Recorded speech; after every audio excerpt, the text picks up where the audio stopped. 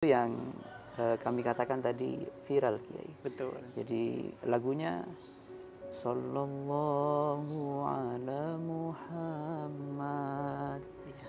Sepertinya begitu, Kiai. Betul sekali. Alhamdulillah, mudah-mudahan para pemuda, pemudi dan seluruh masyarakat bisa mengamalkan sholawat Khidir ini, Kiai. Amin. Lalu ada nggak, Kiai, galau-galau yang lain selain persoalan asmara? Ya mungkin persoalan ekonomi ya. Ini yang Ekonomi, nah, lumrah yang menarik di ini. masyarakat.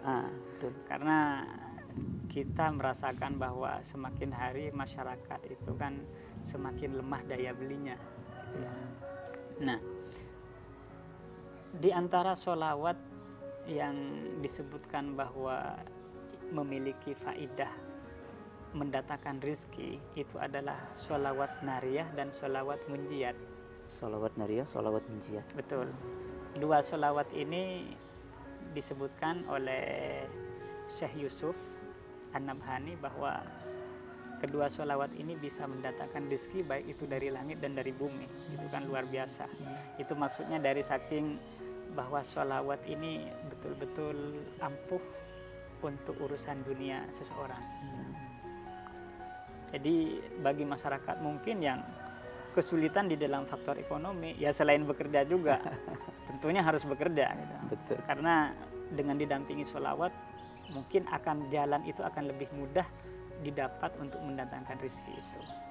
Jadi yang dimaksud sholawat itu mendatangkan rezeki adalah memudahkan datangnya rezeki. Iya betul. Soal kemudian bekerja wajib ya, Kiai. Iya kan. Jadi tidak bisa hanya duduk-duduk saja tiba-tiba emas turun 10 gram gitu. Betul sekali.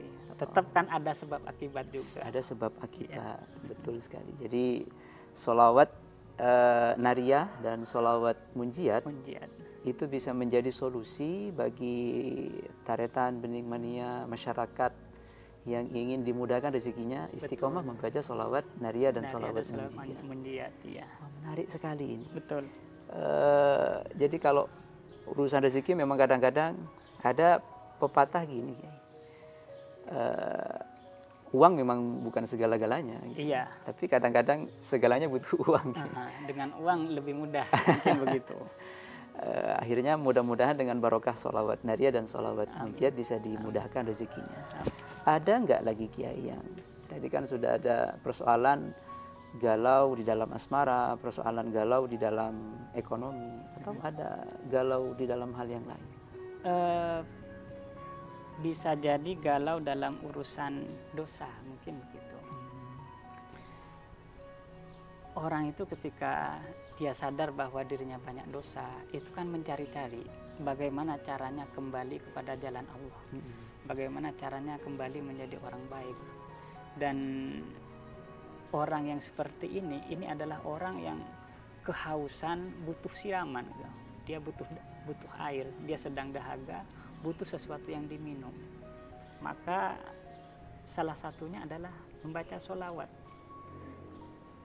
Untuk sholawat yang disebutkan di dalam hal urusan pengampunan dosa, itu ada sholawat yang biasanya dijadikan doa waktu selesai pembacaan Maulid Tibai dan Maulid Berjanji.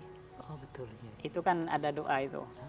Allahumma sholli wa sallim ala sayyidina Muhammadin fil awwalin wa sholli wa sallim ala sayyidina Muhammadin fil akhirin. Itu sampai selesai. Itu ampuh untuk menghapus dosa-dosa. Dan ini sering dibaca sebenarnya. Sering dibaca di musola-musola, di masjid-masjid ketika malam Jumat membaca Maulid Tibai dan Maulid Berjanji itu.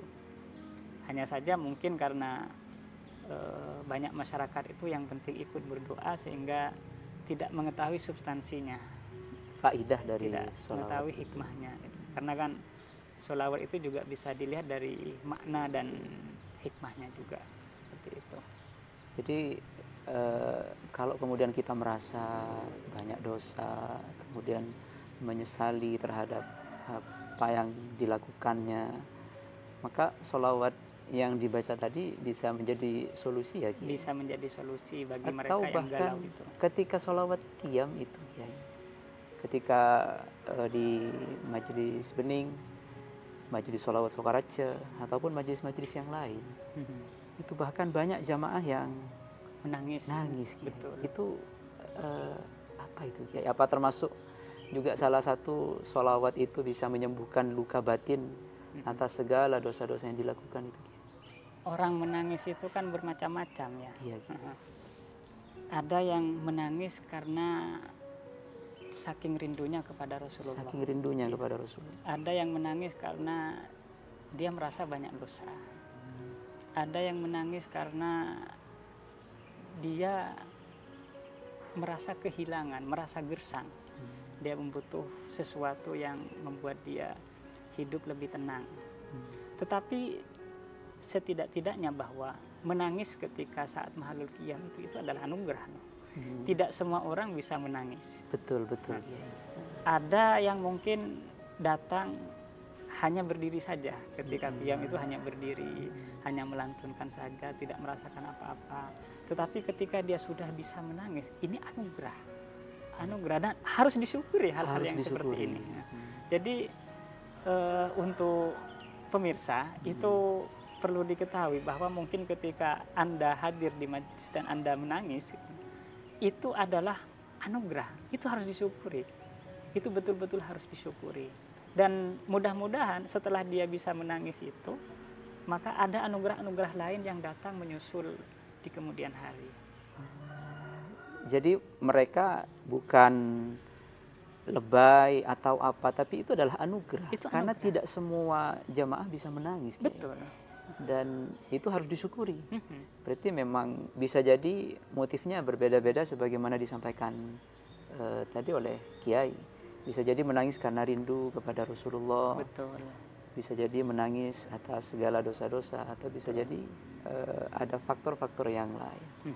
Luar biasa sekali ternyata sholawat bisa masuk ke dalam seluruh aspek kehidupan orang-orang, Kiai. Iya. Kira-kira ada nggak fenomena yang lain, Kiai, terutama persoalan